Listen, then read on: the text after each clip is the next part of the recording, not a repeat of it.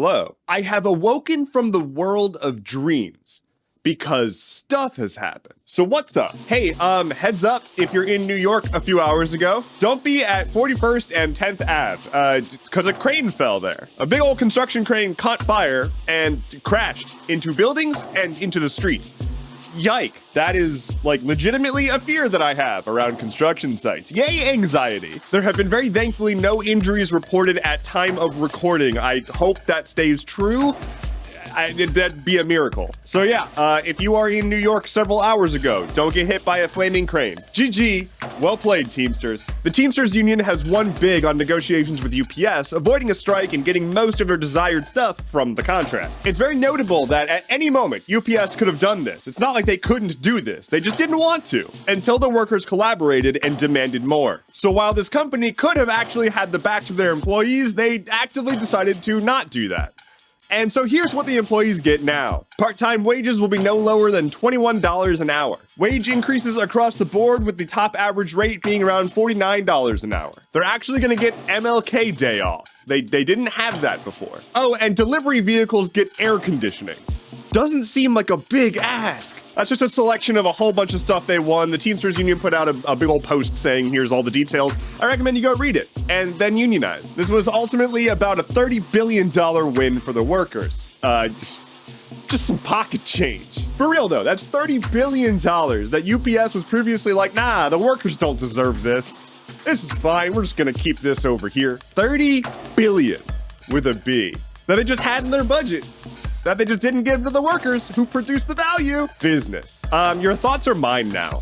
Sorry. So technology is advancing a lot, right? And we've got stuff like Elon Musk wanting to put a chip in your brain that's probably just going to kill you. But there's actual researchers and actual scientists who are making things happen in the space of, like, mind reading. There are actual ongoing research projects that have successfully transcribed human brain activity into text, decoding thoughts. And so there's a whole bunch of scientists and ethicists and policymakers who are like, what do we do about this? Now, on the one hand, this can have huge medical implications, right? If you have a severe illness that renders you incapable of communication, this could be a way for you to communicate. That's incredible. On the much larger other hand, literally every other use case for this is dystopian and horrifying. Now, to be clear, we are not in a situation where somebody can point a thought-stealing gun at you and steal your thoughts. That's not how it works. It's a very invasive thing, and it's not even all that particularly accurate. But it's happening. This is a very good example of why tech regulation being ahead of the curve is very important. Because I don't know about you, but I've got a lot of thoughts in my head that I don't want to share. Writers and Actors Guild Strike Watch. Hold strong, you glorious thespian. So first there was a rally in New York City, and Bryan Cranston led a pretty awesome speech. Here is a quote. Quote, "We will not have you take away our right to work and earn a decent living. And lastly, and most importantly, we will not allow you to take away our dignity." End quote. So that's pretty dope. And meanwhile, Dwayne, actually a Rock Johnson, donated a 7-figure sum to the relief fund for the striking workers. These funds help the striking workers cover basic rent and food and living expenses, because their employers won't do that. On this day, in 1951, Disney premiered Alice in Wonderland in London. 2 days later, it premiered in the US, but they did it in London first. Haha! I don't know what the haha was for.